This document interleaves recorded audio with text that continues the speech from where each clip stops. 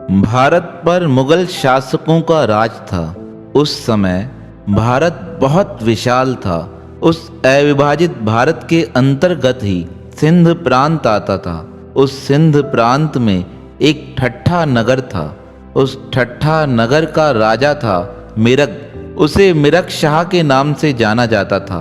बड़ा ही जुल्मी और आतिताई राजा था। आतिताई का अर्थ होता है जो किसी भी प्रकार के अत्याचार करने में थोड़ा सा भी भयभीत नहीं होता है। लोगों को मार देता था। और कैसे लोगों को? जो हिंदू होते थे। उसने अपने राज्य में यह नियम बना रखा था, जितने हिंदू वहाँ रहते हैं या तो वो इस्लाम कबूल करें या तो वह मरने को तैयार हो जाएं। इस प्रकार अपने राज्य में उसने अराजकता फैला रखी थी। उस ठट्ठा नगर में रहने वाले हिंदू लोग बड़े परेशान हो गए थे। वह सोचने लगे, हमें तो यह मारना चाहता है। उस मिरग बादशाह ने लोगों के मुख्य संस्कारों को नष्ट करना प्रारंभ कर दिया। हम हिंदुओं के जो संस्कार थे वह संस्कार हैं चोटी और जनेऊ। आजकल तो हम रखते ही नहीं हैं। अब किसने मना किया है हमें रखने के लिए? पर उस समय हमारे बड़े धर्म की रक्षा के लिए मिटने को तैयार हो गए, पर उन्होंने अपने संस्कारों को समाप्त नहीं होने दिया। मिरग बादशाह ने अनेक लोगों का कत्लेआम कर दिया, पर फिर भी लोग अपने धर्म से हटे नहीं। वह जो समाज वहाँ रहता था वह सिंधी समाज था, जिसे आज भले थोड़ी मात्रा में जाना जाता है, पर संपूर्ण विश्व में सिंधी समाज का मुख्य स्थान है। मिरग बादशाह की यह करतूतें बढ़ती चली गई। लोग बहुत परेशान होने लगे। एक दिन सब व्यक्ति परमात्मा से प्रार्थना करने निकले। उनके मन में विचार हुआ, किस परमात्मा को पुकार की जाए कि परमात्मा आके हमारे धर्म की रक्षा करें, क्योंकि श्री कृष्ण ने कहा है, यदा यदा ही धर्मस्य ग्लानिर्भवति भारत। जब जब धर्म की हानि होती है, अधर्म बढ़ने लगता है, तब तब मैं अवतार लेकर आता हूँ।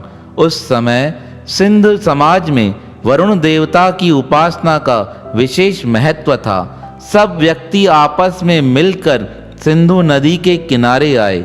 वहां आकर पुकार कर कहने लगे, हे नाथ हमारी रक्षा करो, हे नाथ हमारी रक्षा करो।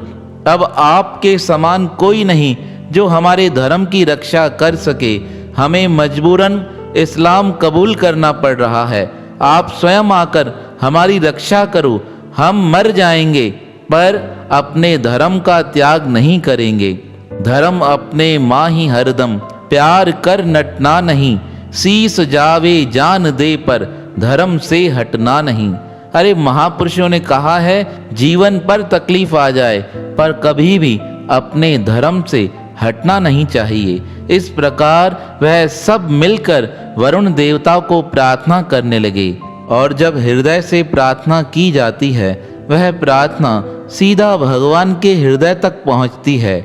और आज भी यही हुआ। भक्तों द्वारा की गई प्रार्थना को परमात्मा ने स्वीकार किया। उस समय सिंधु नदी से एक देवता ज्योति के रूप में प्रकट हुए।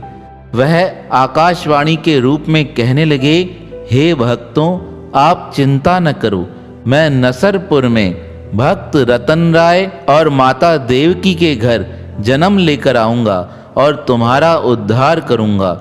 यह बात सुनकर सिंध के निवासी प्रसन्न हो गए।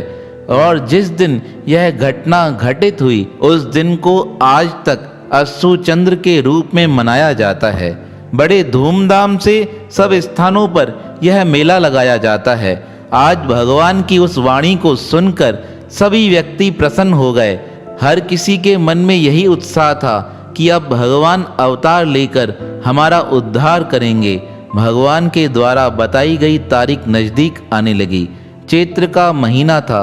चैत्र मास के उस पावन दिवस पर, जिसे चेटी चंड के नाम से जाना जाता है, उस दिन भगवान वरुण देव का जन्म हुआ। उस वरुण देव को भक्त अनेक नामों से पुकारते हैं। कोई उसे वरुण देव कहता है, कोई उदेरा लाल कहता है, कोई लाल साईं कहता है, कोई जिंद पीर कहता है। आज उस ज्योति स्वरूप वरुण देवता का भगवान झूलेलाल के रूप में भक्त रतन राय और देवकी माता जी के घर जन्म हुआ। धीरे धीरे वह बाल्य अवस्था से किशोर अवस्था की ओर जाने लगे और यहाँ मिरक बादशाह, जिसने अत्याचार बहुत बड़ा रखे थे, वह बहुत लोगों को मारते हुए इस्लाम का प्रचार करता जा रहा था। जिन भक्तों ने सिंधु नदी पर वरुण देवता की भविष्यवाणी सुनी थी, वह आज उस किशोर के सामने प्रकट होकर कहने लगे, आप साधारण बालक नहीं हैं, आपने तो हम सबका उद्धार करने के लिए इस धराधाम पर अवतार लिया है, अब आप हमारा उद्धार कीजिए। तब वह बालक जो किशोर अवस्था को प्राप्त कर चुका था, आज वह घोड़े पर चढ़कर मिरक बादशाह के महल में आ गए। मिरक बादशाह ने जब उस बालक को देखा, वह उस बालक को मारकर समाप्त करना चाहता था। वह जैसे ही अपनी तलवार लेकर उस बालक पर प्रहार करने वाला था, तभी उसके हाथ से वह तलवार छूट गई और वह मिरक बादशाह उस बालक के दिव्य रूप को देखकर स्तंभित हो गया। एक स्थान पर खड़ा रह गया। उसे कुछ समझ ही नहीं आ सका कि मेरे साथ क्या हो रहा है। थोड़ी देर बाद जब उसे होश आया, वह हाथ जोड़कर कहने लगा, आप कौन हो? मेरा मन बड़ा भयभीत हो रहा है, मैं आपको देख नहीं पा रहा हूँ। तब वह दिव्य बालक कहने लगा, हे मिरक बादशाह, तुमने बड़े अत्याचार किए हैं, तुमने हिंदू धर्म का नाश किया है, तुम अनेक लोगों को अपने धर्म से हटाकर इस्लाम कबूल कराना चाहते हो। यह तुम्हारी सबसे बड़ी भूल है। हर धर्म समान है, हर व्यक्ति को अपने धर्म में रहने का अधिकार है। तुमने यह बड़ा अत्याचार किया है, तुम अभी भी सुधर जाओ, अन्यथा तुम्हें इसका बड़ा भयंकर परिणाम भोगना पड़ेगा। उस दिव्य बालक की यह वाणी सुनकर मिरक बादशाह भयभीत हो गया। वह क्षमा मांगते हुए कहने लगा, आज के बाद मेरे राज्य में ऐसा कोई भी अत्याचार नहीं किया जाएगा। हिंदुओं के ऊपर जो कर लगाए गए हैं वह भी मैं माफ करता हूँ, और सिंध प्रांत में हे देवता आपके मंदिर का निर्माण किया जाएगा। इस प्रकार मिरक बादशाह को उपदेश देकर भगवान श्री झूलेलाल वहाँ से अंतर ध्यान हो गए। कहा जाता है वह पुनः ज्योति स्वरूप में परिवर्तित हो उस सिंधु नदी में ही स्थापित हो गए। आज भी सिंधु नदी का बड़ा महात्म है। सिंध प्रांत में वह नदी बहती है।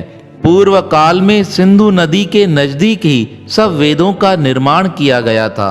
कहा जाता है श्री वेद व्यास जी ने वहीं बैठकर वेदों की रचना की है। सिंधु नदी के किनारे ही बड़े बड़े महापुरुषों ने तपस्या कर अपने जीवन को धन्य किया था। उस सिंध प्रांत में ही भक्त कंवर राम जी का जन्म हुआ। उस सिंध प्रांत में ही शहीद हेमू कालानी जी का जन्म हुआ।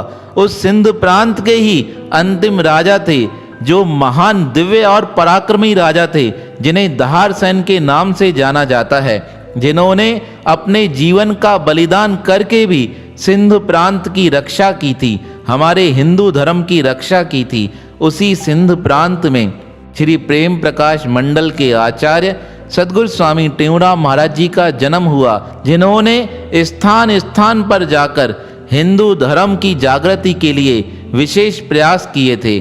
उनके प्रयासों के द्वारा अभी तक हमारा हिंदू धर्म सुरक्षित है। वह भगवान झूलेलाल उसी सिंधु नदी में अपनी लीला समाप्त कर पुनः ज्योति स्वरूप में स्थापित हो गए। सिंध समाज के लिए आज का दिन बड़ा विशेष महत्व रखता है, क्योंकि आज चेटी चंड के पावन दिवस पर ही भगवान झूलेलाल का अवतरण दिवस मनाया जाता है।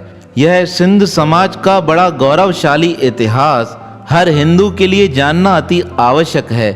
तो किस प्रकार हमारे सनातन धर्म की रक्षा के लिए भगवान वरुण देव अवतार लेकर सिंध प्रांत में अवतरित हुए थे। तो ऐसे दिव्य और पुण्यमय परमात्मा जो हर समय भक्तों की पुकार सुन सनातन धर्म की रक्षा के लिए अवतार लेकर आते हैं, उन पुण्यमय श्री भगवान झूलेलाल जी के पावन श्री चरणों में हमारा बारंबार प्रणाम है, प्रणाम है। प्रणाम है।